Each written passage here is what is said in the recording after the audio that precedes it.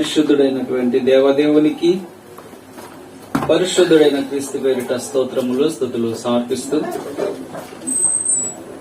దేవుని యొక్క పిల్లలుగా కూడి వచ్చిన మీ అందరికీ కూడా అదే క్రీస్తు పేరిట నా వందనములు నా శుభములు తెలియజేస్తున్నాను. ప్రియులారా, దేవుని యొక్క వాక్యం ఎంత గొప్పదో, ఆ వాక్యమందు ఎంతటి జ్ఞానం దేవుడు పొందుపరిచాడో ఈ మానవ సమాజం గ్రహించక దేవుని యొక్క దివ్య గ్రంథాన్ని ఒక మత గ్రంథంగా చిత్రీకరించేటువంటి ఈ నేటి సమాజంలో దేవుని జ్ఞానం ఎంతెంతై ఉన్నదో, ఎంత గొప్పదై ఉన్నదో, ఈ లోక జ్ఞానాన్ని తలదన్నేటువంటి మహాజ్ఞానమని దేవుడు రాయించినటువంటి మాటల్లోని కొన్ని విషయాలను ఈ రోజు ఆలోచన చేస్తే మనందరికీ అర్థమవుతుంది. ప్రియులారా, ఒక వాక్యాన్ని మనం చూద్దాము. అపోస్తులైన పౌలు కొలసీ సంఘానికి రాసినటువంటి మాట, 2వ అధ్యాయము మొదటి నుంచి ఈ సందర్భం చూస్తున్నాం. మీ కొరకును లవోదిక వారి కొరకును శరీర రీతిగా నా ముఖము చూడని వారందరి కొరకును నేను ఎంతగా పోరాడుచున్నానో మీకు తెలియగోరుచున్నాను, మీరు తెలుసుకొనగోరుచున్నాను. వారు ప్రేమ యందు అతికబడి సంపూర్ణ గ్రహింపు యొక్క సకలైశ్వర్యం కలిగిన వారై దేవుని మర్మమై ఉన్న క్రీస్తును స్పష్టముగా తెలుసుకున్న వారై తమ హృదయములలో ఆదరణ పొందవాలని వారందరిని కొరకు పోరాడుచున్నాను. బుద్ధి జ్ఞానముల సర్వ సంపదలు ఆయన యందే గుప్తములై ఉన్నవి.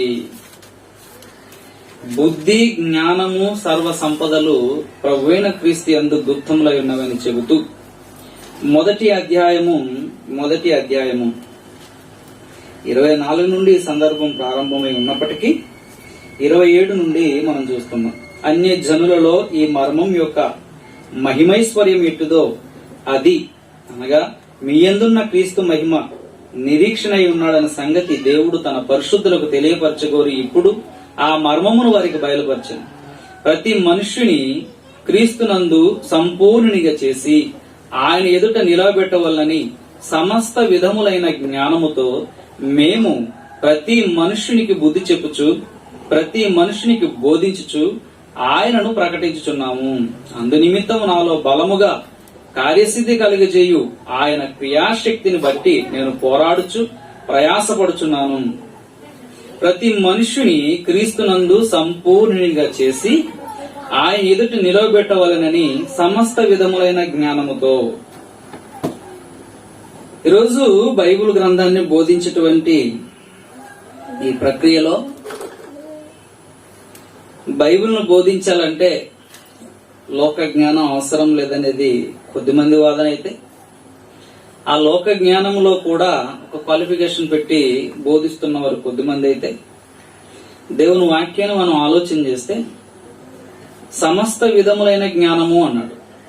అంటే ఈ బైబిల్ పట్టుకున్న మనకి అన్ని విధాలైన జ్ఞానం తెలిసి ఉండాలి.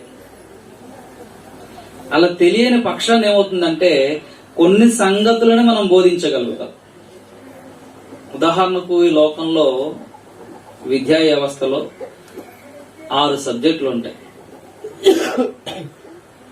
అందరూ 6 సబ్జెక్టులు బాగా చెప్పలేరు, కానీ ఎవరో ఒకరు ఎవరి సబ్జెక్టులో వారు చెబుతుంటారు. అక్కడెక్కడో కొద్దిమంది మాత్రము కొన్ని సబ్జెక్టులు అన్ని బాగా చెప్తారు. మ్యాథ్స్ సార్ ఉన్నారు అనుకోండి, ఆయన మ్యాథమెటిక్సే బాగా చెప్తారు. ఆయన ఇంగ్లీష్ చెప్పమంటే చెప్పలేకపోవచ్చు. సోషల్ సార్ ఉంటే సోషలే బాగా చెప్తారు. ఆయన సైన్స్ చెప్పమంటే చెప్పలేకపోవచ్చు. ఇలా ఉంటుంది లోకంలో అయితే. కానీ బైబిల్ అంటున్నాడు కదా, సమస్త విధములైన జ్ఞానం. అంటే చర్చికి వస్తున్నటువంటి మనము, క్రీస్తుని విశ్వసిస్తున్న మనము జ్ఞానం ఎట్లా నేర్చుకోవాలంటే అన్ని నేర్చుకోవాలి. ఎప్పుడు ఒకే విధంగా మనం వాక్యాన్ని నేర్చుకుంటూ వెళ్ళిపోతుంటాం. నేర్చుకోవచ్చు, తప్పులేదు, కానీ అన్నిట్లో కూడా ప్రావీణ్యత రావాలి. కాబట్టి అలాగ అన్ని విషయాల్లో కూడా జ్ఞానం చెప్పండి అని చెబుతూ బుద్ధి జ్ఞానముల సర్వ సంపదలు క్రీస్తునందే గుప్తములై ఉన్నవి అని ఇక్కడ ఈ విషయం చెప్తున్నాడు. ప్రియులారా, చూద్దాము, ఇంకా ఒక మాట చూద్దాం. యోబు గ్రంథంలో 35 అధ్యాయము, యోబు గ్రంథము 35 అధ్యాయము 11 వచనం. భూ జంతువుల కంటే మనకు ఎక్కువ బుద్ధి నేర్పచ్చు, ఆకాశ పక్షుల కంటే మనకు ఎక్కువ జ్ఞానము కలగజేయచ్చు. నన్ను సృజించిన దేవుడు ఎక్కడ ఉన్నాడని ఆయన అనుకుని వారు ఎవరును లేరు. మీరు గమనించండి, ఈ భూమి మీద పక్షుల కంటే జంతువుల కంటే జ్ఞానం, బుద్ధి, తెలివితేటలు ఎవరికి ఎక్కువ ఉన్నాయి? మనుషులు, పక్షులు, జంతువులు. మనకంటే ముందు పుట్టినవి పక్షులు, జంతువులు, అవునా కదా? ముందు జంతువులు పుట్టినాయా, పక్షులు పుట్టినాయా? గడిచిన తరగతిలో మనం నేర్చుకున్నాం. పక్షులు ఎక్కడి నుండి వచ్చాయి? సముద్రం, నీటి నుండి వచ్చే పక్షులు. మరి జంతువులు భూమి నుండి వచ్చాయి. అదే భూమి నుండి చివరకు వచ్చింది మనిషి, నరుడు. కానీ వాటికంటే మనకు ఎక్కువ జ్ఞానము, వాటికంటే మనకు ఎక్కువ బుద్ధి ఎందుకు నేర్పాడు దేవుడు? వాటికి ఉన్నటువంటి మెదడు, లేదంటే వాటికున్న చిన్న తలకాయ, పక్షులకు ఉన్నాయి, లేదంటే జంతువులకు ఉన్నాయి, ప్రతి దానికి ఉంది. కానీ మనకు కూడా ఉంది, మనకుంది తల. గమనిస్తే మనకంటే పెద్ద తలకాయలు ఉన్నవి లేవా? ఒకటి చెప్పండి. అంటే నీ తల కంటే పెద్ద తల ఉన్నది. ఏనుగు, సింహం, ఖడ్గమృగం, డైనోసార్స్. ఇలాగా చూడగలిగితే అనేకమైనవి. ఒంటె, పెద్ద పెద్ద తలకాయలు అవి. నీటి తిమింగలం గాని ఇలాంటివన్నిటికీ మనకంటే పెద్ద తలకాయ ఉన్నా మనకంటే ఎక్కువ తెలివితేటలు ఉన్నాయా? అవి మనిషిని ఒక వలేసో లేదా మందేసో బంధించట్లేదు, పట్టుకోవట్లేదు. మనిషి మాత్రం వాటిని పట్టుకుంటాడు. ఇన్ని తెలివితేటలు ఎందుకు ఇచ్చాడంటే నన్ను సృజించిన దేవుడు ఎక్కడ ఉన్నాడని అనుకోవడానికి. అర్థమైందా? మనిషికి ఇన్ని తెలివితేటలు ఎందుకు ఉన్నాయంట? మనిషికి ఎందుకు ఈ తెలివితేటలు ఉన్నాయి? నన్ను సృజించిన వాడు, అంటే ఇంత తెలివిగా భూజంతువులన్నిట్లో కూడా నేను ఇంత తెలివిగా, ఆకారంలో చిన్నవాడినైనా, ఈ భూమి మీద ఒక్కొక్క జీవరాశి పుట్టుకొస్తున్నప్పుడు చివరిలో పుట్టిన వాడినైనా నాకే ఎందుకు ఇంత తెలివితేటలు ఉన్నాయి అని మనం ఆలోచన చేయగలిగితే అప్పుడు అర్థం అవుతుంది ఏంటంటే నన్ను సృజించిన వాడు ఎక్కడ ఉన్నాడని ఆలోచన వస్తుంది. కానీ ఈరోజు మనిషికి సృజించిన వాడు ఉన్నాడని తెలిసినా మనం సృజించిన వాని కొరకు బ్రతకలేని స్థితి మనిషి. చాలా మంది తెలుసు నన్ను సృజించిన వాడు ఒకడు ఉన్నాడు, నిజమైన జ్ఞాన గ్రంథం అంటే ఒక బైబుల్ ఉంది, బైబుల్లో సంగతులు వాస్తవాలని లోకంలో చర్చికి వెళ్తున్న అందరికీ తెలుసు. కానీ అంత సీరియస్నెస్ గా ఎవరు బ్రతకరు. కారణం ఏంటంటే దేవుడు అంటే చిన్న చూపు అన్నమాట. అంటే ఏం చేస్తాడులే, ఏముందిలే అని. వీళ్ళారా, సమస్త విధములైన జ్ఞానం అంటున్నాడు కదా. ఈరోజు ఒక విషయాన్ని మనం ఆలోచన చేద్దాం. ఆది కాండం అనేటువంటి మొదటి పుస్తకంలో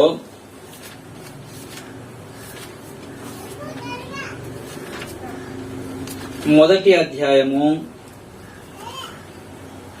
దేవుడు ఈ అనంతమైన విశ్వాన్ని ఎట్లా చేశాడు అనేది, మనిషిని ఎలా చేశాడో మనం తెలుసుకున్నాం. కానీ మనముంటున్న ఈ విశ్వాన్ని ఎలా దేవుడు చేశాడో తెలుసుకోవాలనే ఆలోచన ఎప్పుడైనా మీకు కలిగిందా? చదువుకుంటున్నారు కదా, చదువుకున్నటువంటి పిల్లలకి అప్పుడప్పుడు కొన్ని చిత్రమైన ఆలోచనలు వస్తుంటాయి అన్నమాట. చీకటి పడగానే ఆకాశంలో చూస్తే నక్షత్రాలు మెరుస్తూ ఉంటాయి, చందమామ ఉంటుంది. మనం అనుకున్నాం ఒకప్పుడు, ఏమనుకున్నామంటే ఈ చందమామే పెద్దది అనుకున్నాం నక్షత్రం కంటే. అవునా కదా? చందమామ చాలా పెద్దది అనుకున్నాం. కానీ చందమామ భూమి లాంటిది. ఒక భూమి ఎంత ఉంటుందో అలా ఉంటుంది చందమామ. కానీ నక్షత్రం ఎంత ఉంటుందో తెలుసా? ఒక 110 భూములు, అంటే 100 భూములు కలిస్తే ఒక నక్షత్రం. సైజ్ చూడండి ఎలా ఉందో. రఫ్ గా రాస్తున్నానే, దానికి ఇబ్బంది పెట్టాను. 100 భూములు కలిసి అనుకో ఒక నక్షత్రం. చూసారా? కానీ మనకి భూమే చిన్నది కనిపిస్తుంది. క్షమించండి, భూమే పెద్దది కనిపిస్తుంది. నక్షత్రం ఎక్కడో చిన్న చిన్న చుక్కల్లా కనిపిస్తాయి. చుక్కలు అంటాం కదా, అందుకే చుక్కల్లా ఉంటాయి కనుక చుక్కలు అంటాము కదా, ఈ స్టార్ కదా. కాబట్టి ఇలాంటి భూములు 100 భూములు కలిస్తే ఒక నక్షత్రం అవుతుంది. ఎంత పెద్దదో! ఇలాంటి నక్షత్రాలు ఈ సృష్టిలో మనకు కనిపిస్తున్నటువంటి ఈ ఆకాశంలో కోటాను కోట్లు ఉన్నాయి. కోటాను కోట్లు లెక్కలేదండోయ్. ఎన్నున్నాయని ఇన్నున్నాయని చెప్పడానికి లేదు. మనం ఉన్నటువంటి మండలం ఏంటిది? మనం ఉండేది సూర్య కుటుంబం అంటాం కదా. సూర్య కుటుంబం, మనం ఉండేది సూర్య కుటుంబం. ఈ సూర్య కుటుంబంలోనే భూమి ఉంది. భూమి ఉంది సూర్య కుటుంబంలోనే. ఇప్పుడు మనం ఉన్నటువంటి సృష్టి గురించి తెలుసుకునే ప్రయత్నం చేస్తున్నాం. ఇప్పుడు వచ్చి మీరు ఎక్కడ విన్నారో లేదో తెలియదు, అంటే వినుండరు, వినరు కూడా. ఎందుకంటే ఈ సబ్జెక్ట్ ఎవరు చెప్తారు? జియోసెంట్రిక్ థియరీ ఇది, విశ్వానికి సంబంధించినటువంటి శాస్త్రం ఇది. ఇది తెలిస్తే సైంటిస్టులుగా తెలియాలి. ఆ సైంటిస్టులు దీన్ని తెలుసుకునే ప్రయత్నంలో ఇది ఎలా ఉంది, ఎక్కడ ఉంది, దీని ముగింపు ఏంటి, దీని అంతం ఏంటి, దీని ప్రారంభం ఏంటి తెలుసుకునే ప్రయత్నంలోనే వారి జీవితాలు 100 మంది 1000 మంది సైంటిస్టుల జీవితాలు గడిచిపోతున్నాయి. బైబిల్లో చాలా సులువుగా ఉంది మనకి. రాత్రి చాలా మరలా ఇది చెప్పాలి మీకు ఒకసారేనా, తెలియాలి కదా. మీరు కూడా అనుకోవచ్చేమో, ఎవరైనా మీ ఫ్రెండ్స్ బైబిల్ మతం అన్నారు అనుకోండి, మీకు అనిపించి బైబిల్ మత గ్రంథమా సులకనగా ఉంది అనుకోవచ్చు. మనం కూడా ఇది తెలిసింది అనుకో, ఎంత నాలెడ్జ్ ఇందులో ఉందో మీకు అర్థమవుతుంది. శాస్త్రవేత్తలు కూడా ఈ విశ్వం ఎలా ఉందో ప్రయత్నం చేస్తున్నారు. ఎలా ఉంది దీని మ్యాప్ ఎలా ఉంది అనే ప్రయత్నం చేస్తూ ఒక్కొక్కరు ఒక్కొక్క విధంగా రచించడం జరిగింది. దీన్ని ఒక్కొక్కరు ఒక్కొక్క విధంగా రచించారు. మీకు తెలుసు, మొట్టమొదటిగా ఈ భూమిని ఏమన్నారో తెలుసా? ఎలా ఉందన్నారు? బల్లపరుపుగా ఇలా ఉంది అన్నారు. బల్లపరుపుగా ఉందన్నారు. తర్వాత ఏమన్నారు? గోళాకారంగా అంటే గుండ్రంగా ఉందన్నారు. ఎవరు? మనకు తెలుసు, మన భారతీయ శాస్త్రవేత్త ఆర్య, అదే అలా అనకండి, ఆర్యభట్ట గారు ఏమన్నారంటే బల్లపరుపుగా ఉంది అన్నారు. భూమి ఎలా ఉందంటే మనకి చూస్తే అలాగే ఉంటది కదా, ఇలా పడుకొని చూడండి అలా ఉంటది, బల్లగా. బల్లగే ఉంది అనుకుంటాం మనం. కాదు కాదు, ఎలా ఉంది అన్నారంటే ఇదిగో ఇలా గోళాకారంగా ఉంది అన్నారు. తర్వాత 3వ శతాబ్దానికి చెందినటువంటి వ్యక్తి, 3వ శతాబ్దం, రైట్. కొపర్నికస్ వచ్చిన తర్వాత దీని గురించి ఆయన ఈ విషయాన్ని చెప్పడం జరిగింది. సూర్యకేంద్ర సిద్ధాంతం, భూకేంద్ర సిద్ధాంతము, సూర్యకేంద్ర సిద్ధాంతము వచ్చాయి. ఓకే, ఇక్కడ మనకు టైం ఎక్కువ లెంత్ అవుతుంది కనుక డైరెక్ట్ గా లెసన్కి వెళ్ళిపోదాం. అంటే మనిషికి, అంటే శాస్త్రవేత్తకు ఉన్నటువంటి జ్ఞానాన్ని తెలియజేయకపోతే మనం అనుకుంటాము శాస్త్రవేత్తల జ్ఞానం గొప్పదే. కొన్ని విషయాల్లో శాస్త్ర జ్ఞానం చాలా గొప్పది. కానీ బైబిల్ ఎప్పుడో చెప్పింది భూమి గుండ్రంగా ఉందనే సంగతి. బైబిల్ ఎప్పుడో చెప్పింది. ముందు దీని గురించినటువంటి విషయాలు మీకు చెప్పి తర్వాత దీనికి సంబంధించిన రెఫరెన్స్లు చెప్తాను. చూద్దాం. చదవండి అమ్మా, ఆదికాండం 1వ అధ్యాయం 1వ వచనం. ఆదియందు దేవుడు భూమి ఆకాశములను సృజించెను అన్నాడు. ఓకే, అంటే భూమిని ఆకాశమును దేవుడు సృజించాడని చెప్పాడు. ఎప్పుడు అంటే ఆది యందు అన్నాడు. ఇంగ్లీష్ లో అంటాడు ఇన్ ద బిగినింగ్ అంటాడు. ఇన్ ద బిగినింగ్ అంటే మనకు తెలియదు. ఇంకా టైం లేదు. ఆది యందు అన్నాడు అంతే. ఎప్పుడు అనేది అంటే ఎప్పుడు చేశాడో అప్పుడే, దానికి టైం లేదు. పలానా సంవత్సరం అని చెప్పడానికి లేదు. ఎందుకంటే పలానా సంవత్సరం అని చెప్పాలంటే సంవత్సరానికి 12 నెలలు కావాలి, అవును కదా. ఒక నెల కావాలంటే 4 వారాలు కావాలి. 4 వారాలు అంటే ఒక వారం కావాలంటే కనీసం ఒక దినం ఉండాలి. ఒక దినం ఉండాలంటే చెప్పాలి భూమి ఉండాలి. ఒక దినం కావాలంటే ఏముండాలి? ఒక భూమి ఉండాలి. ఒక భూమి అప్పుడు ఉందా? ఇన్ ద బిగినింగ్ అన్నాడు. భూమే ఇన్ ద బిగినింగ్ అంటే భూమే ప్రారంభం అవుతున్నప్పుడు నువ్వు ఇయర్ ఎట్లా చెప్తావు? సంవత్సరం ఎట్లా చెప్తావు? ఈ సంవత్సరంలో పుట్టింది, ఈ నెలలో పుట్టింది అని చెప్పడానికి భూమి లేదే. భూమి ఆకాశము లేవు. భూమి ఉంటే దాని చుట్టూ తిరిగేటువంటి చంద్రుడు ఉంటాడు. భూమి ఉంటే దినం వస్తుంది, చంద్రుడు ఉంటే మాసం వస్తుంది. ఈ రెండు కలిసి సూర్యుడు ఉంటే సంవత్సరం వస్తుంది. ఇవే లేవు ఇంకా. అందుకే అవి లేనప్పుడు చేశాడు గనక ఇన్ ద బిగినింగ్, ఆది యందు అనడం. ఎలా చేశాడు దేవుడు వీటిని? ఆ విషయంలోకి వెళ్దాం. విషయం చెప్తున్నాడు 2వ వచనం. భూమి నిరాకారముగాను శూన్యముగాను ఉండెను, చీకటి అగాధ జలము పైన కమ్మి ఉండెను, దేవుని ఆత్మ జలముల పైన అల్లాడుచుండెను. ఇక్కడ మనం గమనిస్తే భూమి ఎలా ఉందన్నాడంటే నిరాకారము, అంటే దానికంటే ఒక ఆకారము లేదు. ఆకారం లేదు అంటే అర్థం ఎలా చేసుకోవాలి? ఆకారం లేదంటే షేప్ లేదనా? చూద్దాం. ఉదాహరణ ఒక మాట చెప్తాం. ఏమంటామంటే అప్పుడప్పుడు ఏంట్రా ఆకారం అంటాం లేదా? అప్పుడప్పుడు అంటామా? అప్పుడప్పుడు ఎవరికైనా ఏంట్రా ఆకారం, పద్ధతి లేకుండా పాడు లేకుండా అంటామా? అంటే ఏంట్రా ఆకారం అంటే ఆకారం లేకుండా ఉన్నాడనా? ఆకారం ఒకటి ఉంది. కళ్ళు ఉంది, మొండెం ఉంది, కాళ్ళు చేతులు ఉన్నాయి, మనిషి ఎలా ఉన్నాడు అలాగే ఉన్నాడు. ఏంట్రా ఆకారం అంటే ఒక పద్ధతి పాడు లేదు, అంటే ఉండవలసిన విధానంలో లేడు అన్నట్టుగా ఉంటది అర్థం. అలాగా నిరాకారముగా అంటే భూమి ఆకారం ఇదే. భూమి ఆకారం ఇదే. ఈ భూమి మీద ఉండవలసినవన్నీ లేవు. 9వ వచనంలో వస్తాయి అవన్నీ. ఈ భూమి మీద ఏముండాలో అవి లేవు. సో ఆకారముగా ఉండవలసిన భూమి నిరాకారముగా ఉంది. నిరాకారము అన్నందుకే నిరాకారముగా ఉన్నది అని చెప్పి శూన్యముగాను ఉన్నది అన్నాడు. అంటే ఇక్కడ ఏముందంట? శూన్యం, ఏమి లేదు. భూమి అంటే ఏంటి? మట్టి ముద్ద. భూమి అంటే ఇదిగో, ఇది చూసుకోండి. భూమి అంటే ఇది అనుకోండి. ఈ భూమి ఏంటిదంతా? మట్టి ముద్ద. అంటే కేవలము మట్టి కలిగి ఉన్నటువంటి భూమి. ఇది ఏ ఉద్దేశం కొరకు నిర్మించబడిందో ఆ ఉద్దేశం ఇంకా దీంట్లో కనిపించలేదు. అందుకే నిరాకారం. ఏ ఉద్దేశం కొరకు భూమి నిర్మించబడిందో ఆ ఉద్దేశం అంతా ఇక్కడ ఉంటే భూమిలో ఆకారం ఉన్నట్టు.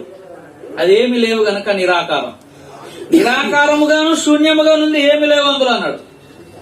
అంటే భూమి అంటే భూమి, మట్టి ముద్ద అన్నాడు. రైట్. ఇప్పుడు అంటున్నాడు కదా, చీకటి అగాధ జలము పైన కమ్మి ఉండేను. ఏమున్నది అప్పుడు? మొట్టమొదటి ఏమున్నది? చీకటి అన్నాడు. ఇంకో పాయింట్, అగాధ జలము పైన చీకటి. అగాధ జలము, అగాధం అంటే లోతైన. అగాధం అంటే లోపలికి, లోతైన అనేటువంటి అర్థం మనకు తెలుసు. ఏమా? రైట్. నిరాకారముగా ఉన్నది అగాధ జలము అన్నాడు. ఏంటంటే అగాధము అంటే లోపలికి, డెప్త్, చాలా లోపలికి, అంటే చాలా పెద్ద జలం. సముద్రం తీసుకోండి, ఎంత డెప్త్ ఉంటది చెప్పలేం కదా. మహాసముద్రాలు ఏమున్నాయి? అదే 7 ఏమున్నాయి అన్నాను. అందుకే పసిఫిక్ మహాసముద్రం అని దాన్ని మొట్టమొదటి, దాని లోతు చాలా ఎక్కువ, అగాధం ఎక్కువ అన్నమాట. పసిఫిక్ మహాసముద్రం లోపలికి కూడా చాలా డెప్త్ ఉంటుంది దానికి. అది అగాధం అంటాం అన్నమాట. అంత నీరున్నప్పుడు అంత జలం అన్నాడు. జలం అంటే ఏంటి? నీరే కదా. అంత నీరున్నప్పుడు నీరంటే దీన్ని కొలవచ్చండి. నీరంటే కొలవచ్చు, కొలతలకు సరిపోయే విధంగా ఉండేది నీరు. జలము అంటే ఇది కొలవడం కష్టం అండి, చాలా ఎక్కువ ఉంటది అదనమాట. అందుకనే అగాధ జలము అన్నాడు. ఎప్పుడైతే జలం ఎక్కువ ఉందో ఏముంటది? ఆటోమేటిక్ గా జలం ఉన్న దగ్గర ఏముంటది? అక్కడ మన పాయింట్ అదే, చీకటి. అక్కడ సముద్రం లోపలికి ఎందుకులే, మనం అప్పుడప్పుడు నూతుల్లోనూ బావిల్లోనో లే కాలువల్లో గుమ్ములుంటే మునుగుతా ఉంటాం కదా, అలా లోపలికి వెళ్ళిపోయానుకో ముక్కు మూసుకొని చీకటిగా ఉంటది. అంటే ఇంత ఇదండి అగాధ జలం ఇది. అందుకే ముందే గీయించాము, మళ్ళీ ఇదన్నీ గీయాలంటే మనకు చేత కాదు. రైట్, ఇదంతా ఏంటి? జలము. ఈ జలం అంతా ఏముంది? ఇదంతా చీకటి ఉంది, తెల్లగా ఉంది అనకండి, చీకటి ఇదంతా. అగాధ జలం పైన ఏముంది? చీకటి కమ్మి ఉన్నది. అగాధ జలం రాయడం లేదు. ఇది అగాధ జలం, చీకటి కమ్మి ఉంది. అగాధ జలం ఉంది గనక, చాలా ఎక్కువ జలం ఉంది గనక చీకటి ఆటోమేటిక్ గా ఉంటది. అది చీకటి ఉంది అన్నాడు అన్నమాట. చీకటి ఉన్నదని చెప్పాడు. ఇప్పుడు మళ్ళీ చదువుదాం దాన్ని వదలకండి, మీకు నీట్ గా అర్థం అవుతుంది అనుకుంటున్నాను నేను. చీకటి కమ్మి ఉన్నది జలం పైన, దేవుని ఆత్మ జలం పైన అల్లాడుచుండెను. దేవుని ఆత్మ ఈ జలం పైన అల్లాడుచుంది. అల్లాడడం అంటే సూపర్వైజింగ్ అన్నమాట. అంటే కాపలదారితనం, సెక్యూరిటీ.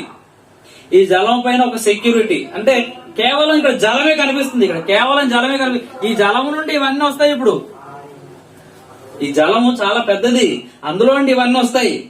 దీని అంతటికి కేవలం నీరని కాదు, నీటిలో దేవుడు దాచిపెట్టినది ఒకటి ఉంది.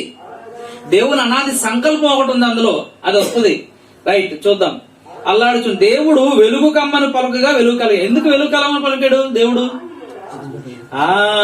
చీకటి ఉంది గనక వెలుగు కలగ. అంటే ఇక్కడ చీకటి ఉంది, ఇప్పుడు ఏమన్నాడు? వెలుగు కలగమని పలికాడు అన్నమాట. అందుకే ఇదిగో ఇది వెలుగు వచ్చింది. ఇది చీకటి, అది వెలుగు. ఇప్పుడు చెప్తాడు ఆ విషయం అక్కడ, చూద్దాం. దేవుడు వెలుగు కమ్మని పలుకగా వెలుగు కలిగెను, వెలుగు మంచిదైనట్టు దేవుడు చూచాను. ఏమన్నాడు? వెలుగుని. చీకటి చెడ్డదని అనలేదు, గుర్తుపెట్టుకోండి. వెలుగు కలగమన్నాడు. అది జలంలో చీకటి ఆటోమేటిక్ ఉంది కనుక దాన్ని వదిలేండి. వెలుగు కలమని పలగా వెలుగు కలిగను, వెలుగు మంచిదైనట్టు దేవుడు చూచెను. దేవుడు వెలుగును చీకటిని వేరైందా లేదా? ఇక్కడ వచ్చింది, అది వేరైందా లేదా? వెలుగు ఇటుంది, చీకటి ఇటుంది, వేరైంది. ఇక్కడ చెప్తాడు మంచిదైనట్టు వేరుపరచను. దేవుడు వెలుగుకి పగలని చీకటికి రాత్రని పేరు పెట్టింది. ఇదేంటంటే వెలుగు చెప్పాలి, చీకటి రాత్రి. రాసుకోండి, చక్కగా రాసుకోండి. మీరు మీ కాలేజీలో ఉన్నప్పుడు వెళ్తే, ఒక కాలేజీకి వెళ్తే ఎక్కడైనా సరే ఒక క్లాస్ తీసుకుంటామని చెప్పండి. క్లాస్ బుర్ర పాడైపోయింది తెలుసా. మేము డిఎడ్ కాలేజీలో ఉన్నప్పుడు అలాగే ఇలాంటిది ఏదో ఒకటి చెప్తుండవని టైం వచ్చినప్పుడు. ఆ సార్ వాళ్ళు ఆశ్చర్యపోయారు, ఏంది రావు ఇలా చెప్తామని. రైట్, ఇలాగా మనం ఆలోచన చేస్తే ఇప్పుడు వెలుగును చీకటిని వేరుపరిచాడు, వాటికి పేర్లు పెట్టాడు. పెట్టిన తర్వాత అన్నాడు అస్తమయము ఉదయము కలగగా దినమాయను, ఒక దినమైన. అంతేనా? అంటే ఇక్కడ ఏమైంది? ఇప్పుడు ఇదంతా మొదటి దినము అని అర్థం. అస్తమయం అని ఎందుకు అన్నాడు ముందే? ఉదయము అస్తమయం అనొచ్చు కదా. ఎందుకంటే అస్తమయం అంటే చీకటికి నిదర్శనం. ముందుగానే ఇక్కడ ఏముంది? చీకట్లో నుండి వెలుగు తీసుకొచ్చాడు కాబట్టి అస్తమయము అందుకన్నాడు అన్నమాట. అర్థమైందా? అందుకోసం అందుకే అస్తమయమును దినం అలా ప్రారంభం అవుతుంది. అస్తమయమును ఉదయము కలగగా ఒక దినమాయను. ఇప్పుడు ఒక దినం అయిపోయింది మనకి. ఇది ఇక్కడ వరకు క్లారిటీ కదా, ఇక్కడే డౌట్ లేదు. ఇక్కడ డౌట్ లేదు, క్లారిటీగా ఉంది. మొదటి రోజు అయిపోయింది, రెండో రోజుకి వెళ్ళిపోదాం. 6వ వచనం. దేవుడు జలముల మధ్య ఒక విశాలము కలిగి. ఇక్కడ మనకు కొంచెం బుర్ర పెట్టాలన్నమాట. బుర్ర పెట్టడానికి ఏం లేదు, నీట్గా ఉంటది. కాకపోతే మనం కొంచెం మనసు పెట్టి చూడండి. దేవుడు జలముల మధ్య ఒక విశాలము కలిగి ఆ జలములను ఈ జలములను వేరుపరచును గాకను పలికెను అన్నాడు. జలం ఏంటిది? ఇదే కదా జలం. జలం ఇదే కదా. ఈ జలములో పగలు రాత్రి చేశాడు. సుమా, ఈ జలం అంటే ఇది కూడా ఇలాగే ఉంటది. కాకపోతే ఇక్కడ పగలు అనే దాన్ని తెలియజేయడం కోసం ఇలాగ అక్కడ వదిలేసాం అంతే. అదే ఆ జలములోనే మాట్లాడుతాం. ఆ జలములో ఏం కలగాలన్నాడు? ఒక విశాలము కలగాలన్నాడు. ఆ విశాలం కలగడం అంటే ఎలా ఉండాలంటే, ఆ విశాలం కలిగితే జలములు వేరవ్వాలి, 2 జలములు అవ్వాలన్నాడు. ఎలాగా అంటే చూద్దాం. నేను రాసుకున్నాను, మళ్ళీ మర్చిపోతానండి, అందుకే అక్కడ చూస్తున్నాను.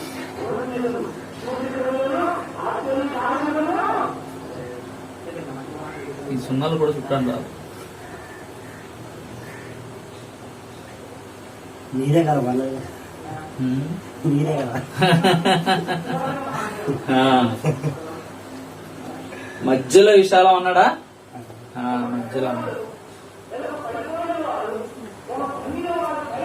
ఓకే, ఇది కూడా జలం సుమా. ఇది జలం.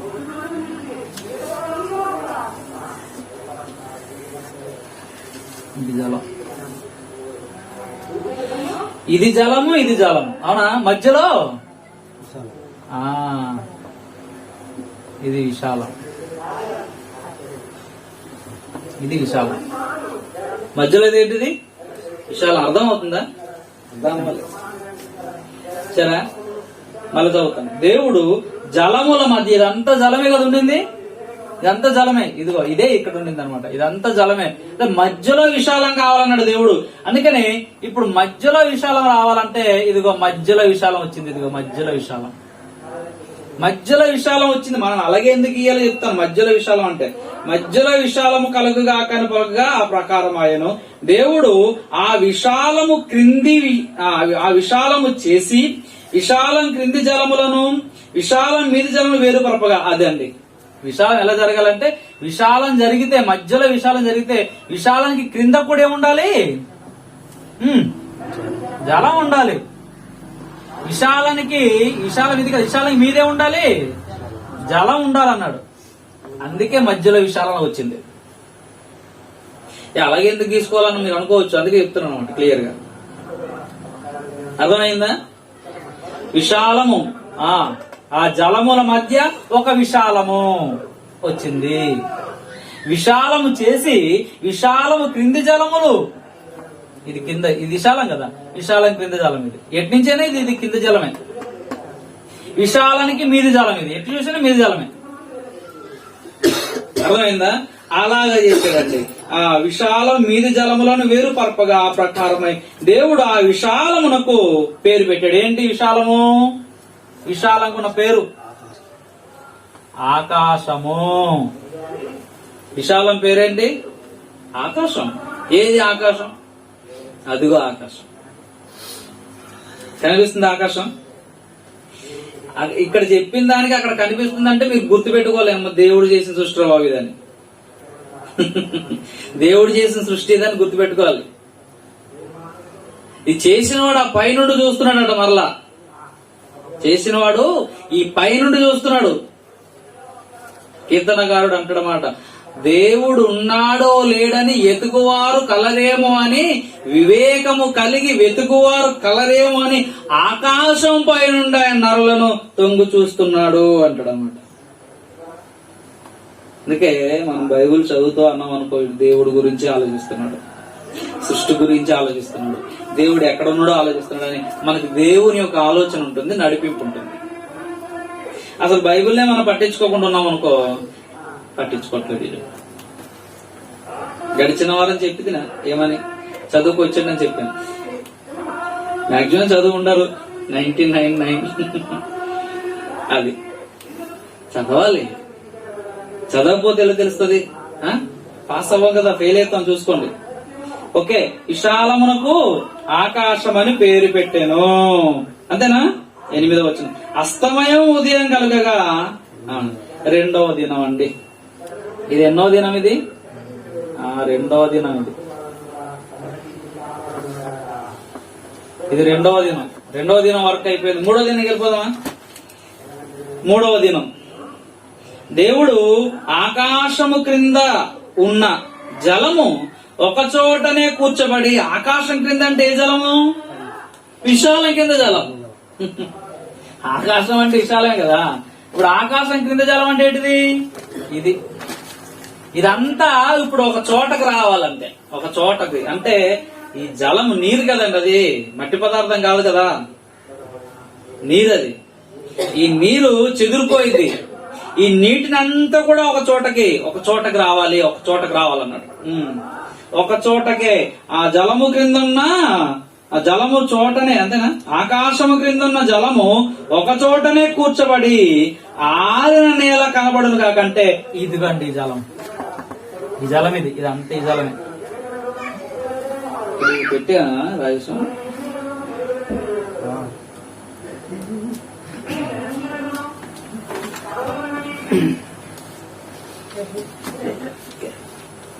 ఓకే, ఇప్పుడు ఇదేంటిది?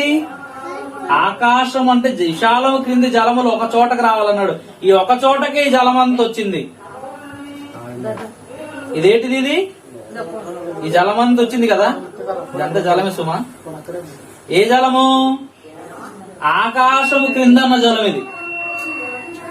అంటే విశాలము క్రింద జలము, విశాలం మీద జలము కాదు, విశాలము క్రింది జలము, విశాలం క్రింది జలం ఇది. ఈ జలము ఒక చోట, ఈ జలమే ఇక్కడ వేసాను అన్నమాట మొత్తంగా. ఈ జలమే ఇక్కడ వేసాను, మొత్తంగా వేసాను. ఇప్పుడు ఈ జలానికి అంటున్నాడు, చూద్దామా 9వ వచనంలో, ఆకాశం క్రిందన జలం ఒక చోటనే కూర్చబడి ఆరిన నేల కనబడుగా కానీ పలకగా ఆ ప్రకారం. ఇప్పుడు ఏం కనిపించింది ఇక్కడ? ఆరిన నేల అంటే తడిసిపోయింది కదా. ఎక్కడుంది అది? ఇక్కడ ఉంది నేల, భూమి.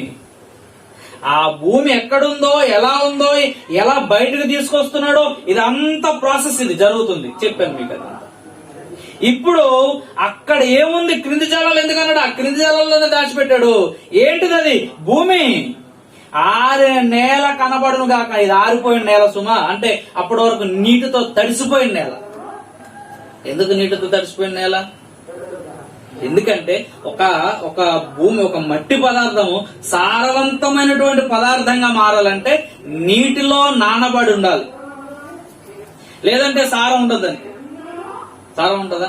ఇప్పుడు వర్షాలు పడలేదు అనుకుందాం, వర్షాలు పడలేదు, ఏడాదంతా వర్షాలు పడలేదు. ఆ ఎండిపోయిన భూమిని దున్నేసి ఇత్తనాలు చల్లితే పంట పండుతుందా? ఎందుకు? సారం దానికి రాలేదు. కీర్తనకారుడు చెప్తాడు, 65 కీర్తనలు చెప్తాడు ఆ విషయాలన్నీ కదా. జీవ కిరీటము, దయా కిరీటం ఇచ్చిన ఆ సందర్భంలో ఆ విషయాలు చెప్తాడు. ఇవన్నీ ఇదిగో ఆయన వర్షముతో నీటిని తడిపి, మీకు చెప్పాను ఆ విషయాలు, నీటిని తడిపాను, దాన్ని పదునుగా చేశాను, సారముగా చేశాను అంటాడు నీటిని తడిపి. అది ఇప్పుడు నీటితో తడిసింది అనుకో, వర్షం పడి భూమి ఏమవుతుంది? సారం తెచ్చుకుంటది. సారం తెచ్చుకున్న తర్వాత నువ్వు దున్ని 4 విత్తనాలు చల్లితే నీకు పంట చేతికి వస్తుంది. అదే అనమాట. ఇప్పుడు దీన్ని ఎక్కడ రాశాడంటే, ఎక్కడ రాయాలంటారు ఒక పదార్థాన్ని? డార్క్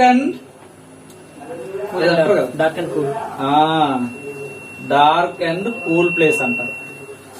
అలా దాచిపెట్టాలంట. ఏదైనా ఒక మెడిసిన్ తీసుకొస్తే దాన్ని ఎక్కడ, అందులో ఉంటదా? ఇది అక్కడ బాక్స్ ఉంది, మెడిసిన్ బాక్స్, అక్కడ ఉంటది అన్నమాట. Dark and cool place. అక్కడ మనం కీప్ చేయాలి, దాన్ని అక్కడ దాచిపెట్టాలి. అందుకే మనం చూడండి, ఏ మెడిసిన్ అడిగినా సరే మెడికల్ షాప్ లో ఫ్రిడ్జ్ లో తీసుకుంటారు కొన్ని మెడిసిన్స్. అంటే ఫ్రిడ్జ్ లో ఏముంటది? కూలింగ్ ఉంటది. డోర్ వేయగానే చీకటి అయిపోయింది. డోర్ తెరిస్తేనే లైటింగ్ వస్తుంది మనకి. డోర్ ఎప్పుడైతే క్లోజ్ చేసామో చీకటి అయిపోయింది. అంటే ఒక వస్తువు పాడైపోకుండా ఉండాలంటే దానికి ఏముండాలంటే చీకటి ఉండాలి, కూలింగ్ ఉండాలి. ఇప్పుడు ఇదంతా చీకటే. ఆ చీకట్లో ఉన్న వస్తువు ఏంటిది? భూమి. ఈ భూమిని సారవంతమైన భూమిగా తీర్చిదిద్దడానికి దేవుడు అక్కడ దాచిపెట్టాడు. దాచిపెట్టి ఆ భూమిని బయటకు తీశాడు. ఆరిన నేల అన్నాడు. ఆరిన నేలకు భూమి అని పేరు పెట్టాను. ఇదేమన్నాడు? దీన్ని ఆరిన నేలకు ఏమని పేరు పెట్టాడు? భూమి అని పేరు పెట్టాడు. ఇప్పుడు మనం ఎక్కడున్నాం? ఎవరిది భూమి? బా దేవుడిచ్చిన భూమి. భూమి ఒకటి చూరుకున్నాడా? తర్వాత వస్తుంది. తర్వాత వెళ్ళిపోతే సూర్యుడు వస్తాడు, చంద్రుడు వస్తాడు, నక్షత్రాలు వస్తాయి, ఆ తర్వాత జంతువులు వస్తాయి, పక్షులు వస్తాయి, తర్వాత జంతువులు వస్తాయి, తర్వాత మనిషి వస్తాడు లాస్ట్ లో. వచ్చి అంటాడు కదా, ఈ భూమిని నువ్వు వేయాలంటాడు. బా, ఆయన ఎంత ప్లానింగ్ అది! ఆయన ప్రణాళిక ఏంటి? ఆ ప్రణాళికలో ఇవన్నీ చేసి చేసి చేసి ఈరోజు ఇక్కడి నుండి వచ్చిందే నీ నా శరీరం. మన శరీరం ఎక్కడది? ఇదిగో ఇక్కడి నుండే. ఈ నేలను, ఈ మట్టిని, ఈ మట్టి ముద్దను అన్ని సంవత్సరాలు మనకు తెలియదు ఎంతో. ఆయన తెలుసు ఆయనకి ఎన్ని సంవత్సరాలు నీటిలో ఉంచాలో, ఎన్ని సంవత్సరాలు చీకట్లో ఉంచాలో ఆయన తెలుసు. అన్ని సంవత్సరాలు అది నీటిలో చీకట్లో ఉంచితే గాని ఈ విధంగా ఈ ఆకారం రాలేదు. ఒక ఇల్లు కట్టాలంటే మట్టిని పైపైన మట్టి కాదు, లోపల మట్టి తీసుకొస్తాం. అది కూడా మేలు రకమైన మట్టి తీసుకొస్తాం. ఆ బంక మట్టి అది తీసుకొచ్చి జాగ్రత్తగా ఒక దగ్గర వేసి 2-3 రోజులు దాన్ని నీటితో బాగా నానిపల ఉంచేస్తాం. అవునా కదా? తర్వాత అప్పుడు దాన్ని తొక్కుతాం. తొక్కి తొక్కి తొక్కి కుండ చేస్తారు కదా కుమ్మరి, అలాగే మట్టి తీసుకొచ్చి నానిపైన ఉంచేస్తారు. అలాగే పాడైపోద్ది అనుకుంటా, పాడైపోదు. అలా మొత్తం నానిపోయింది 2 రోజులు, 1 రోజు అంతా ఉంచేస్తాడు. ఉంచేసి తర్వాత దాన్ని తొక్కి తొక్కి కవ్వములో పెట్టి కుండలు కాలుస్తాడు. లేదంటే కుండ రాదు, పగిలిపోయింది కుండ. ఇన్ని సంవత్సరాలు ఈ నేలను అక్కడ దాచిపెట్టింది అంటే కేవలం ఈ భూమి మీద ఏదేదో సృష్టించడం కాదు, నీ నా శరీరం అందులో తీయడానికి కూడాను. ఈ శరీరం చూడండి, ఆగితే రబ్బర్లా సాగుతుందని బాబు. ఊడొచ్చేస్తే ఇప్పుడు ఉట్టు మట్టి తీసుకొని ఇలా కొట్టు నేలకి, పట్టును ఊడిపోద్ది, మొత్తం ఊడిపోద్ది. అదే ఆ మట్టిని నానిపి ఉంచి ఇలా నేల కొట్టు ముద్ద చేసి అలాగే సాగుతుంది. అంతే. సాగుతుందా? సాగుతుంది. అలాగా చూడండి, ఇది ఎలా సాగుతుందా ఇక్కడదే. ఇలాగూ దేవుడు 6 నేలనిచ్చాడు. ఈ 6 నేలకు భూమి అని పేరు పెట్టాడు. ఈ భూమి మీద ఏం జరగాలో అప్పుడు చెప్తాడు. భూమి మీద ఏం జరగాలన్నాడు? అక్కడ ఉంటది. విత్తనములిచ్చు మొక్కలు.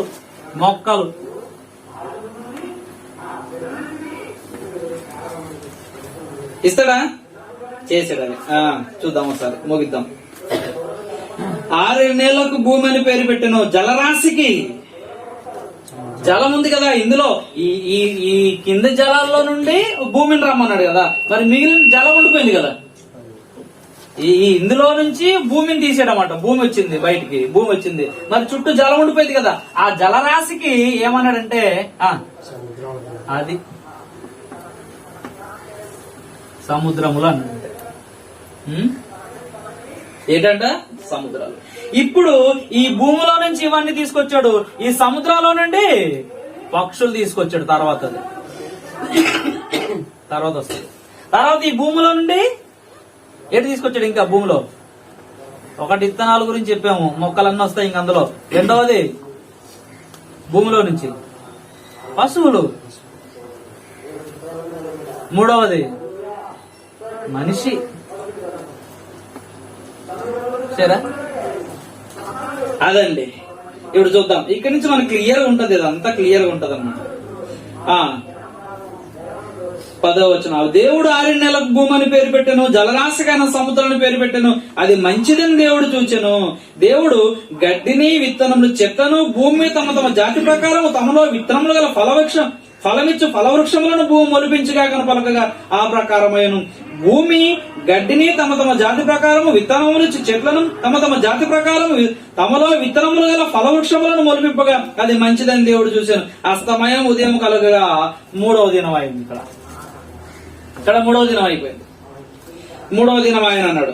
తర్వాత 4:14 దేవుడు పగటిని రాత్రిని వేరుపరిచినట్లు ఆకాశ విశాలం జ్యోతులు కలగా. ఇది ఇప్పుడు భూమి మీదకి. ఇక్కడ ఒక వెలుగు, ఇక్కడ ఒక చీకటి వచ్చింది, అది వేరు. ఇప్పుడు భూమి అదంతా వదిలేండి, ఇప్పుడు భూమి వచ్చింది కదా. ఇప్పుడు భూమి మీద పగలు రాత్రి రావాలన్నాడు. అంతే. ఇప్పుడు ఏం రావాలి భూమి మీద? పగలు రాత్రి. అంటే భూమి మీదకి పగలు రాత్రి రావాలి.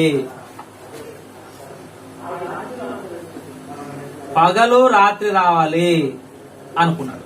ఇప్పుడు పగలు రాత్రి రావాలంటే, భూమి మీద పగలు రాత్రి రావాలంటే, పగలు రావాలంటే ఏముండాలి, రాత్రి రావాలంటే ఏముండాలి మనకు తెలుసు. ఎందుకంటే చూస్తున్నాం కదా చిన్నప్పటి నుంచి సృష్టిని. పగలు రావాలంటే సూర్యుడు ఉండాలి. ఎవరు ఉండాలి? సూర్యుడు.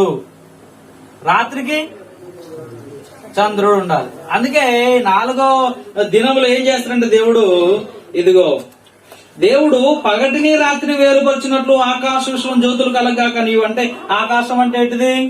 శూన్యం, విశాలం. ఇందులో జ్యోతులు, ఇందులో ఏం కావాలి? జ్యోతులు అంటే నక్షత్రాలు అన్నమాట. ఇందులో నక్షత్రాలు.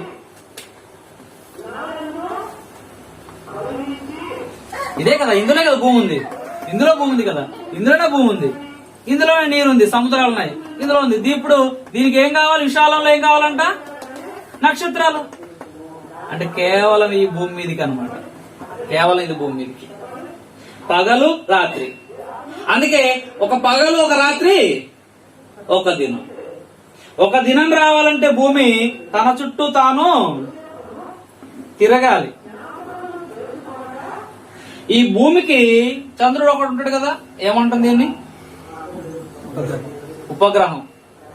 ఈ ఉపగ్రహం భూమి చుట్టూ తిరుగుతూ ఉంటది, అంతేనా? భూమి చుట్టూ తిరుగుతూ ఉంటది.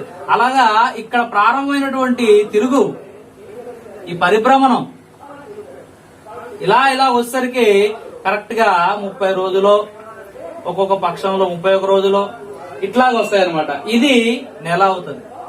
తన చుట్టూ తాను తిరిగితే దినం అవుతుంది. ఈ భూమి చుట్టూ చంద్రుడు తిరుగుతా ఉంటే నెల వస్తుంది. ఇవన్నీ కలిసి కూడా ఇక్కడ ఈ నక్షత్రాలు అన్నట్టు కూడా అంటే పగల రాత్రి ఏర్పరచడానికి ఇక్కడ సూర్యుడు ఒకటి వస్తాడు, దీని చుట్టూ తిరుగుతాయి. ఇక్కడ ఉన్న గ్రహాలు ఇవన్నీ కూడా దీని చుట్టూ తిరుగుతాయి, దీని చుట్టూ తిరుగుతాయి. దీని చుట్టూ తిరగడం వల్ల మనకి సంవత్సరం వస్తుంది. ఇవన్నీ ఎందుకు ఇస్తున్నాడు? కీర్తనకారుడు ఏమంటాడంటే, నా ఆయుష్కాలం ఎంతో లెక్కించడానికి నాకు తెలివి అంటాడు దావీదు మహారాజు. అంటే మనిషి యొక్క ఆయుష్కాలం లెక్కించడానికి తెలివితేటలు అవసరమా? అవసరం లేదు. నీ వయసు ఎంత అంటే ఎవరేం చెప్తారు? 5 ఏళ్ల పిల్లోడికి నీ వయసు ఎంత బాగుంటే 5 సంవత్సరాలు చెప్తాడు. దానికి తెలివితేటలు ఏదో అవసరం లేదు. ఇప్పుడు ఉద్దేశం ఏంటంటే, దేవుడు తనకు ఆయుష్కాలం ఇవ్వడానికి ఇంత చేశాడా అంటే మన హ్యాపీ బర్త్డే టు యూ అంటారు చూడు సంవత్సరం వచ్చేసరికి. ఆ హ్యాపీ బర్త్డే ఎంత చక్క చెప్పుకుంటామో, కానీ హ్యాపీ బర్త్డే అవ్వాలంటే ఇంత అవ్వాలి. ఇదంతా జరగాలి. ఇదంతా చేస్తున్నది దేవుడు. కాబట్టి ఇలాగో దేవుడు అలా చేసి, ఇప్పుడు జలరాశి ఉంది చూడండి, జలరాశి. ఈ జలరాశి నుండి ఏం పుట్టించాడు? ఏమంటాడు? మత్స్యములు అంటాడు, పక్షులు అంటాడు. మత్స్యములు, పక్షులు చేసాడు. నక్షత్రాలను చేసాడు. 4వ దినం అయిపోయింది. నక్షత్రాలు చేస్తే 4వ దినం అయిపోయింది. ఇప్పుడు సముద్రంలో నుండి, అది జలరాశి, సముద్రం నుండి మత్స్యములు, పక్షులు చేసాడు. 5వ దినం అయిపోయింది. 6వ దినానికి ఎంటర్ అయిపోయాం భూమి దగ్గరికి. మరలా భూమి దగ్గర నుంచి మనిషిని తీసుకొస్తారు లాస్ట్ లో, జంతువులు తీసి. 6వ దినం అది. కాబట్టి ఇలాగూ దేవుడు చేసేటువంటి సృష్టి ఇన్ని విధాలు ఉన్నది. కానీ మనిషికి అది అర్థం కాక ఏదేదో చెప్తుంది. ఇదంతా ఎలా నడుస్తుంది అంటే దేవుని యొక్క దయాదాక్షిణ్యం పైన. ఒకరోజు చెప్పుకున్నట్టున్నాం మనం, దేవుని యొక్క దయాదాక్షిణ్యం. యోబు గ్రంథంలో 37 యోబు గ్రంథము, 37 అధ్యాయం యోబు గ్రంథము 12, 13 వచనాలు కలిసి ఉంటాయి. 37 యోబు గ్రంథము 12, 13 వచనాలు. ఆయన వలన నడిపింపబడినవై నరులకు నివాసయోగ్యమైన భూగోళము మీద. గోళము అంటే గుండ్రనిది. గోళం అంటే గుండ్రనిది. ఇదిగో గుండ్రంగా ఉంది చూడండి, భూగోళం. ఎందుకంట? నరులకు నివాసయోగ్యం. అంటే మనిషి ఎక్కడ జీవించగలడు? నివాసయోగ్యమైన భూమి మీదే. ఇంత చేసిన దేవుడు చెప్తున్నాడు, భూమి మీదే నరుడు ఉంటాడు. కానీ మనోళ్ళకి బుద్ధి లేక కాదు, బుద్ధి ఎక్కువైపోయి మేము చంద్రమండలోకి వెళ్ళిపోతాం, మేము బుధ గ్రహంలోకి వెళ్ళిపోతాం, మేము శుక్రుడి మీదకి వెళ్ళిపోతాం, మేము శని దగ్గరికి వెళ్ళిపోతాం అంటున్నారు. అక్కడ స్థలాలు కొనేసుకుందాం అని కొనుక్కుంటున్నారు కూడా. కానీ అక్కడ మనిషి ఉన్నాడు. ఎందుకంటే దేవుడు అంటున్నాడు నరులకు నివాస యోగ్యమైనది భూమి అన్నాడు తప్ప శుక్రుడు చంద్రుడు కాదు. అవి కూడాను గ్రహాలే, భూమగ్రహం అవో గ్రహం. కానీ ఈ గ్రహం మీదే దేవుడు చెప్పాడు ఇక్కడే ఉండాలంతే. ఈ సృష్టిని చేసిన దేవుడు పంచాంగం చెప్తున్నాడు, జ్యోతిష్యం చెప్తున్నాడు. ఏమని? నువ్వు భూమి మీదనే ఉండాలని. కానీ సృష్టి అంతా అయిపోయిన తర్వాత పుట్టిన మనిషి అంటాడు భూమి మీద మనకు రోజులు బాగాలేవు, అంతరిక్షానికి వెళ్ళిపోదాం అంటున్నాడు. ఎవరు మాట నమ్మాలి? ఇదంతా చేసిన వాడు చెప్తున్నాడు భూమి మీదే ఉండాలి మనిషి అని. కానీ మనిషికి అర్థం కాదు. కల్పన చావ్లా మీకు తెలుసు, అవునా కదా? చంద్రమండలానికి వెళ్ళి కింద పడిపోయింది, పాపం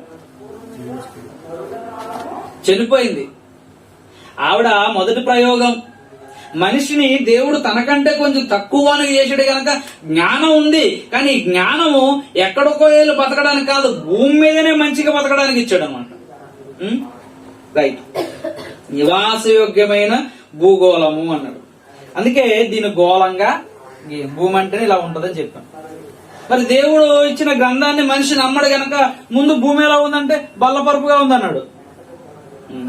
కానీ దేవుడు ఎప్పుడు చెప్పాడు? ఇది 3వ శతాబ్దం. కానీ యోబు గారు ఎప్పుడు రాశాడు తెలుసా? క్రీస్తు పూర్వము. చూద్దాం, యోబు గారు రాసిన మాట క్రీస్తు పూర్వము 1800 1500 రాశాడు ఈ మాట. అంటే ఈయన 3వ శతాబ్దం, ఈయన 3000 4000 దగ్గర ఉన్నాడు అన్నమాట. 4000 సంవత్సరాలు ఉన్నాడు క్రీస్తు పూర్వము. అప్పుడు 400 అంటే 4000 కదా, 400. 4వ శతాబ్దం 3వ శతాబ్దం ఏంది? ఆర్యభట్ట గారిది. 3వ శతాబ్దానికి చెందినటువంటి వ్యక్తి ఆయన. కానీ దానికంటే ముందనే యోబు చెప్పాడు ఈ విషయాన్ని. ఎప్పుడంట? ఇదిగో ఆయన వలన నడిపింపబడినవై నరులకు నివాసయోగ్యమైన భూగోళము. భూమి అయితే ఒకే గోళం ఉంది, మరి ప్రకృతి కూడా ఎందుకు ఇలా చేసాం? మరి మొత్తం ఇదంతా ఎందుకు ఇలా గుండ్రంగా చేసామంటే యాకోబు పత్రికలో చెప్పాడు. యాకోబు పత్రిక చూడండి. యాకోబు పత్రిక 3వ అధ్యాయము 6వ వచనం. ప్రకృతి చక్రం అంటాడు అక్కడ. నాలుక అగ్నియే నాలుక అవయవములలో ఉంచబడిన పాప ప్రపంచమై సర్వ శరీరమునకు మాలిన్యము కలగజేయచ్చు ప్రకృతి చక్రమునకు చిచ్చు పెట్టును. చిచ్చు అంటే మంట పెట్టేస్తుందంట. ఎవరు? నాలుక. కనిపించేవి ప్రమాదాలు కావు, కనిపించేదే ప్రమాదం. నాలుక ఏమైనా బయటకు ఉంటుందా? కనిపిస్తుందా? కనిపించదు. నాలుగు ఉందో లేదో కూడా తెలియదు మాట్లాడితే గాని. అలాంటిది ఈ నాలుగు ఎలా ఉంటుంది? మరలా వేడి ఉంటుందా? ఎప్పుడు ఉండదు, ఎప్పుడు చల్లగా ఉంటది అనమాట. ఎప్పుడు తడుపుతానే ఉంటది, చల్లగా ఉంటది. కానీ ఇది ఏం పెడుతుందంట? మంట. దేనికి? ప్రకృతి చక్రమును సర్వ శరీరమునకు అన్నాడు. ప్రకృతి చక్రానికి అన్నాడు. అంటే ఒక మనిషి శరీరం పాడైపోవాలంటే ఈ నాలుక నుండి వచ్చే మాటలు మంచిగా ఉండాలన్నమాట. బాగుండాలంటే ఈ నాలుక నుండి వచ్చే మాటలు మంచిగా లేవనుకో, అంటే నాలుక నాదే కదా అని మనకి ఇష్టం మాట్లాడుతున్నాం ఎక్కువగా. అదుపులో పెట్టుకో నాలుకని. నాలుకను నగదుగా వాడుకోగలిగితే పాడు కాదు బతుకు, ఓడిపోదు నిజము అని రాశాడు భక్తుల పాట. నాలుకని ఎలా వాడాలంట? నగదులా వాడుకోవాలంటే డబ్బులు ఎలా తీస్తాం మనం? పిసినరీ ఖర్చు పెడుతుంటాం కదా. అంటే మన స్థితి బట్టి డబ్బులు ఉన్నాయి కదా అని జల్లేం కదా, ఇష్టానుసారం ఖర్చు పెట్టాం కదా, చాలా పొదుపుగా వాడుతుంటాం డబ్బుని. అలాగే నాలుకలో వచ్చే మాటలు కూడా చాలా పొదుపు చేయి అన్నాడు. అంతే. అలా వాడుకుంటే బాగుంటది బతుకన్నాడు. డబ్బులు ఉన్నాయి కదా ఖర్చు పెట్టేస్తే ఏమైపోతుంది? ఒకరోజు అడుక్కోవాల్సి వస్తుంది. అలాగా నాలుకను కూడా చాలా భద్రంగా నువ్వు వాడుకో అన్నాడు. అంతే. ఈ నాలుక ఈ ప్రకృతి చక్రానికి చిచ్చు పెడుతుంది అన్నాడు. అంతే. అంటే ఒక రోజు ఈ ప్రకృతి ఏమైతుందంట? కలగజేయబడి ఈ ప్రకృతి ఒకరోజు ఏమవుతుంది అన్నాడు? చిచ్చు అంటే కాలిపోతుంది అన్నాడు. అంతే. చూద్దాం ఒకసారి ఈ మాట చూసుకొని ముగిద్దాం. పేతురు పత్రిక పేతురు రాసిన రెండో పత్రిక 3వ అధ్యాయము. ఈ సందర్భము 4వ వచనం నుండి చూస్తున్నాం. ఆయన రాకడను గూర్చిన, అంటే క్రీస్తు యేసు రెండవ రాకడ సుమా, రాకడను గూర్చిన వాగ్దానం ఏమాయను? పితరులు నిద్రించిన మొదలుకొని సమస్తమును సృష్టి ఆరంభం ఉన్నట్టు నిలిచి ఉన్నదే అని చెప్పుదురని మొదట మీరు తెలుసుకోవాలి. 5 ఎలయనగా పూర్వము నుండి ఆకాశం ఉండెననియు, నీళ్ళలో నుండి నీళ్ళ వలనను సమకూర్చబడిన భూమియు దేవుని వాక్యం వలన కలిగిననియు బుద్ధిపూర్వకంగా మరుతురు. ఎలా ఉందంట? పూర్వం నుండి ఏమున్నదంట?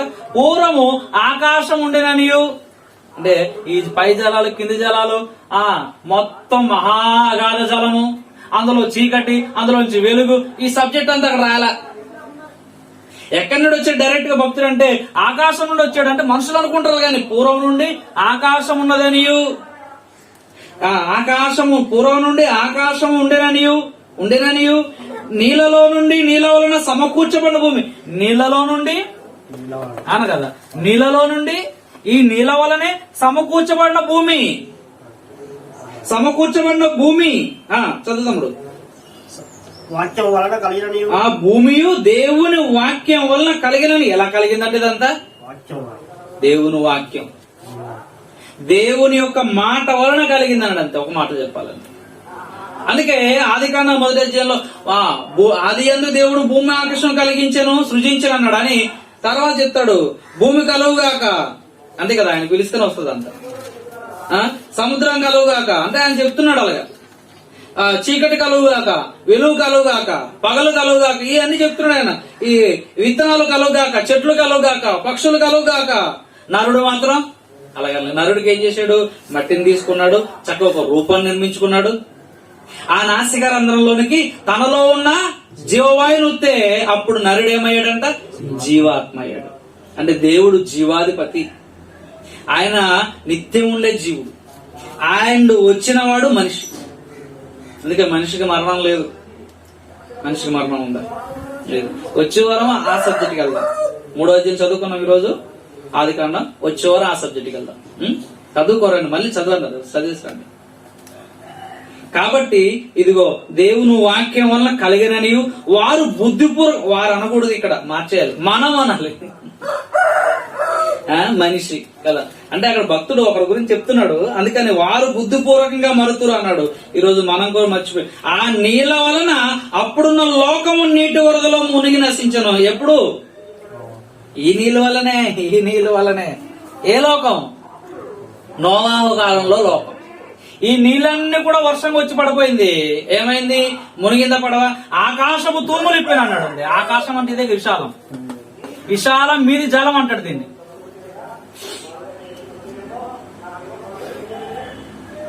ఎక్కడ ఉంది ఆ మాట? గుర్తు రావట్లేదు. విశాలం మీది జలం, కీర్తనకారుడు గాని ఆదికాండంలో గాని ఉంటుంది. రైట్. ఇక్కడ మనం చూడగలిగితే భక్తి ఏది ఎక్కడది? ఆ నీళ్ళ వలన అప్పుడున్న లోకము నీటి వరదలో మునిగి నశించను. అయితే ఇప్పుడున్న ఆకాశము భూమియు భక్తిహీనుల తీర్పును నాశనమును జరుగు దినం వరకు అగ్ని కొరకు నిలవ చేయబడినవై అదే వాక్యం వలన, అంటే ఏ వాక్యం వల్ల కలిగిందో ఆ వాక్యం వల్లనే భద్రం చేయబడినది అన్నాడు. అయితే ఇప్పుడు దీనికి ఏమైతుంది అన్నాడు? అగ్ని కాల్చేస్తుంటే మరి బాబు ఇక్కడ 3 వంతులు సముద్రం ఉంది అవునా కదా, 3 వంతులు సముద్రం ఉంది, ఆ నీరు ఆపేస్తుందాము, ఆ అగ్నిని ఆర్పేస్తుందాం అనుకుంటాం మనం. ఆర్పలేదు, దేవుడు పంపించే అగ్ని. అగ్ని ఎంత అగ్ని? ఈ భూమి మీద ఇదిగో ఇది మహాజలం కదా, ఈ మహాజలం కదా, ఆ జలం మధ్యలో విశాలం కదా, కింది జలం అయిందా? ఈ కింది జలం కొద్ది జలమే. ఈ కొద్ది జలంలో ఒక భూమి, ఒక వంతు భూమి, 3 వంతులు నీరు. ఇప్పుడు దీని మీద మళ్ళీ ఏమున్నాయి? భూమి మీద ఏముంది? నీరుందా లేదా? ఇది నీరే, జలమే కదా, జలమే. అలా పైకి చూస్తే ఆకాశం పైన కనిపించేది నీలం కదా, ఏంటి అనుకున్నారు? జలము, నీరు, అది నీరే. ఆ నీరు ఇప్పుడు ఆ రోజు నోవాహు జలప్రలయంలో. ఇప్పుడు మనకు పడుతున్న నీరంతా ఎక్కడదనుకున్నాం? ఈ 3 వంతుల నీరు, ఈ భూమి అన్న ఇక్కడ నీరుందే, ఇందులో 3 వంతుల నీరు చెదిరిపోయింది కదా, 3 వంతుల నీరు, ఈ 3 వంతుల నీరే ఆవిరైపోయి మేఘాలుగా మారి వర్షిస్తుంది భూమి మీదకే. కానీ ఈ విశాలం పైన ఉన్నటువంటి ఈ నీరు కురిపించలేదు దేవుడు ఇప్పుడు మరలా. ఎందుకంటే ఇక నీటి ద్వారా నేను నాశనం చేయను వాగ్దానం చేశాడు ఆ రోజు అక్కడ ఆది కాండంలోనే. నీటి ద్వారా ఇక నశింప చేయను. దేనికి ద్వారా? అప్పుడు అగ్ని ద్వారా అన్నాడు. అంతే, అగ్ని ద్వారా. అగ్ని ద్వారా మరి ఈ భూమిని కాల్ చేస్తుంది అంటే కాల్ చేస్తుంది. మరి 3 వంతుల నీరు ఉంది కదంటే 3 వంతుల నీరు ఏం చేస్తుంది చూద్దాం. ఎందుకు చూద్దాం.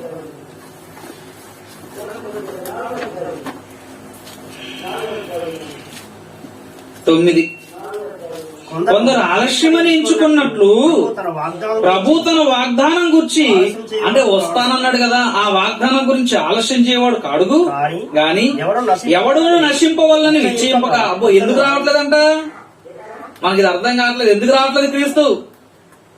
ఎందుకు రాలేదంటే ఎవడు కూడా నశించిపోకూడదు, ఎవరు అగ్ని మంటల్లో కాలిపోకూడదు, ఎవరు నాశనం కాకూడదు, అందరూ మారు మనసు పొందాలని ఆశతో రావట్లేదంట.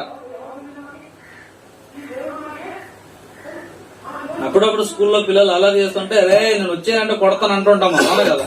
మరి ఇంట్లో పిల్లలైనా అంతే కదా. ఎంత చెప్పినా మాట వినకుండా ఏదో చేస్తున్నాను అనుకో, మనం అంటాం రే నేను వచ్చానంటే కొడతాను రా నిన్ను అంటాం. కొట్టాలని అనుకుంటే ఇల్లు కొట్టేమో వస్తానని చెప్పాలేంటి? కానీ వాడు దెబ్బలు తినకూడదని మనం ఏమంటాం అంటే ఒరే నేను వచ్చానంటే కొడతాను రా, వచ్చానంటే కొడతాను, ఎల్లమో కొట్టము. అది ఎందుకంటే వాడు దెబ్బలు తినకూడదు. ఒక రకమైన కృపా ప్రేమ మనకు ఎలా ఉందో దేవుడు కూడా వస్తాడు, క్రీస్తు వస్తే ఈ సృష్టి నాశనం చేస్తాడు అంటాడు. మరి రావట్లేదు ఏంటని కొద్దిమందికి వేరే వచ్చేసింది మైండ్. ఎలా వచ్చిందంటే రాడు, ఆకాశం పూర్వం నుండి ఉన్నది, నీరు అప్పటి నుంచి ఉన్నది, నీటి వల్ల ఎండ వచ్చినది, ఇదంతా మాకు తెలుసు సైన్స్ సబ్జెక్టు. కానీ ఆయన రాలే చూడు, అది మాత్రం వస్తారని నమ్మమేమో అనుకుంటున్నాం. ఎందుకు రావట్లేదు అంటే అందరూ అంతటా మారు మనసు పొందవాలని కోరుచు మీ ఎడల దీర్ఘశాంతం గలవాడై ఉన్నాడు. అయితే ప్రభు దినం దొంగ వచ్చినట్లు వచ్చేస్తారు సడన్ గా. ఆ దినమున ఆకాశంలో మహాధ్వనితో గతించిపోవును, పంచభూతములు మిక్కటమైన వేగముతో లయమైపోవును, భూమి దాని మీద కృత్యములు కాలిపోవును. బాబోయ్, ఆకాశములు అని అంటే ఈ ఆకాశం ఉంది చూడండి. ఇప్పుడు భూమి మీద ఆకాశం ఉంది కదా, దీని ఆకాశం విశాలము, పైన జలములు ఉన్నాయి, ఇదంతా ఆకాశమే, ఇదంతా ఆకాశమే, ఇంకంత విశాలమే. ఎంత విశాలం మనకు తెలియదు కూడా. కాబట్టి ఇప్పుడు ఈ ఆకాశములు ఏమైతే రగులుకుంటాయంటే అవి మంటతో ఇవి అన్ని మండిపోతే భూమి ఉండేది చాలా చిన్న రవ్వంతు, ఆ భూమి మీద ఉండే నీరు కూడా చాలా తక్కువ, ఈ నీరు చాలా ఎక్కువ, ఆ నీరు చాలా ఎక్కువ. ఇదంతా కూడా కాలిపోతే ఇక్కడే పడితే ఈ భూమి ఎలా కాపాడబడుతుంది? ఇంకా కేవలం అదేనా? ఇక్కడ ఏమున్నాయి? నక్షత్రాలు. ఈ నక్షత్రాలు అంటే ఏంటనుకున్నారు? నిత్యం మండుతున్న మంటది. నక్షత్రాలు అంటే ఏంటనుకున్నారు? నిత్యం అగ్నితో మండిపోతుంటాయి. అది మండితే తప్ప పరిగెత్తదు అది. ఇప్పుడు మనం ఉన్న భూమి ఉందా, ఈ భూమి బయటలో ఉంటది, ఎక్కడ యోగులందరూ లోపల అగ్నిమయమై ఉండదు అంటాడు. భూమి లోపల అంటే బయట ఇలా ఉంటది, ఇది పరిగెత్తుంది భూమి. ఒక సెకండ్ కి 31 కిలోమీటర్లు. ఒక సెకండ్ ఇలా కొడితే 31 కిలోమీటర్ల వేగం, అంత వేగంతో పరిగెడుతుంది ఇది. నిమిషానికి 1,60,000 ఎంతో, అంత వేగంతో ఈ భూమి పరిగెడుతుంది గనకనే అందులో ఉన్నటువంటి ఈ పదార్థాలన్నీ మనకు పంట వస్తుంది. ఇప్పుడు మనకి ఫ్రిడ్జ్ లో మనం రకరకాలు పెట్టుకుంటాం కదా, వెజిటేబుల్స్ కానీ ఏదైనా మెటీరియల్ పెట్టుకుంటాం కదా, బాగుండడానికేనా? బాగుండడానికి. అది అలా బాగుండాలంటే ఫ్రిడ్జ్ లోపల చూస్తే చల్లగా ఉంటది, ఎన్నికెళ్ళి చూడండి దాని కిందన వేడిగా ఉంటది. అది లోపల వెనకాల అంత వేడి ఉంటే బయటికి చల్లదనం వస్తుంది, ఆ పదార్థం పాడవకుండా ఉంటుంది. అలాగా భూమి లోపల అంత అగ్ని ఉంటే తప్ప, అంత మంట ఉంటే, అంత ప్రయాణం చేయగలిగితే తప్ప ఈ బయట మనకి చల్లదనం రాదు, చల్ల గాలి రాదు, భూమి మీద పదార్థం బాగోదు. అందుకే మనం ఏదైనా సరే ఇప్పుడు బాగున్నది, మన శరీరం కూడా పాడవకుండా ఎందుకుంది ఇన్ని సంవత్సరాలుగా? భూమి మీద ఇలాంటి వాతావరణం ఇచ్చడం చల్లగా చూసారా? అంటే మనిషి బ్రతుకంతా దేవుని యొక్క దయాదాక్షిణ్యం మీద నడుస్తుంది అనమాట. కానీ మనిషికి ఇదంతా ఎరుకలేదు, మనిషికి తెలియట్లేదు ఈ విషయాలన్నీ. అందుకే దేవుడు బైబుల్ అంటే అబ్బే అన్నట్టుంది మనకి. నాకెందుకు దేవుడు, నాకెందుకు బైబులు, నాకెందుకు ప్రార్థన, నాకెందుకు దేవుని పని, నాకేంటి ఈ భూమి మీద ఏంటో తెలుసు అనుకుంటాడు. కాదండి. చూద్దాం, చివరికి చదివేనన్నది 3వ అధ్యాయంలో 12 దేవుని దినపు 10 చదువు. ఆకాశములు మహా ధ్వనితో గతించిపోవును, పంచభూతములు మిక్కటమైన వేండ్రముతో లయమైపోవును, భూమియు దాని మీద కృత్యములు కాలిపోవును.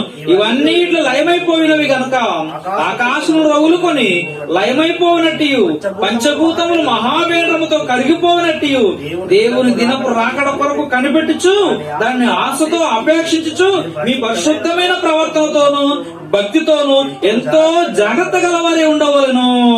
ఇదండి. సరే, ఇవన్నీ కాలిపోతాయి. భూమి మీద పంచభూతాలు అంటే ఏంటిది? ఇక ఆకాశము లేదా నింగి, నేల, నీరు, నిప్పు, గాలి, ఇవన్నీ కాలిపోతాయంట. అగ్ని ఉన్న శక్తి అలాంటిది. గాలి ఏం చేస్తుందండి? నీరుని కాల్చేస్తుంది. ఈ మంట ఇవన్నీ ఇన్ని నక్షత్రాలు, కోటాను కోట్ల నక్షత్రాలు, ఇన్ని నక్షత్రాలను కాలిపోతే ఈ భూమి మీద నీరు ఏమైనా పనిచేస్తుందా? ఈ నీరు ఏమైనా పనిచేస్తుందా? పనిచేయదు. నీరు కూడా మంటలా మారిపోయింది. చూడండి, నీటిలో పెట్రోల్ వేసి వేయండి, నిప్పేయండి, ఎలా పారిపోతుందో మంట. గాలి కొడితేప్పుడు అదొక పంచభూతం కదా, గాలి కొడితే ఆ మంట ఇంకా వేగం అందుకుంటుంది, ఇంకా కాలిపోతుంది. కాబట్టి ప్రియులారా, ఇదంతా లయమైపోతుంది, కాలిపోతుంది. ఒకటి రగులుకొని కాలిపోతుంటే ఇక ఈ భూమి మీద ఉన్నటువంటి మనిషి గతి ఏంటి? అందుకే ఏమన్నాడు తెలుసా? కింద క్రొత్త ఆకాశమును క్రొత్త భూమియు మీ కొరకు సిద్ధం చేయబడింది. చివరి మాట చదువు అది. ఇట్లా లయమైపోతున్నాయి అన్ని. అప్పుడు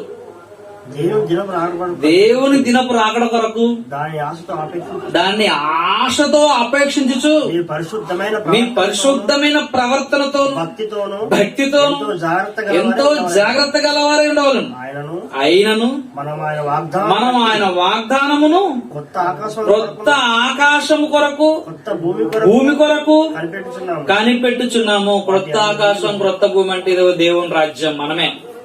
ఈ రాజ్యము క్రీస్తు తీసుకెళ్లిపోతాడు కదా, ఆ దినం కోసం మనం చూడాలంట. ఎందుకంటే ఈ లోకంలో ఏది ఉండదు. సరే, ఎలా కలిగించాడో 1 by 1 అలాగే 1 by 1 నాశనం చేసేస్తున్నాడు. నీటి ఆకాశంలో అంటే ముందు జలములు కదా, ఇక్కడ నుండి వచ్చింది. అక్కడ నుండి వచ్చి అందులోంచి ఏమొచ్చింది? భూమి వచ్చింది. భూమి తర్వాత ఏమొచ్చింది? అందులో పదార్థాలన్నీ వచ్చాయి కదా.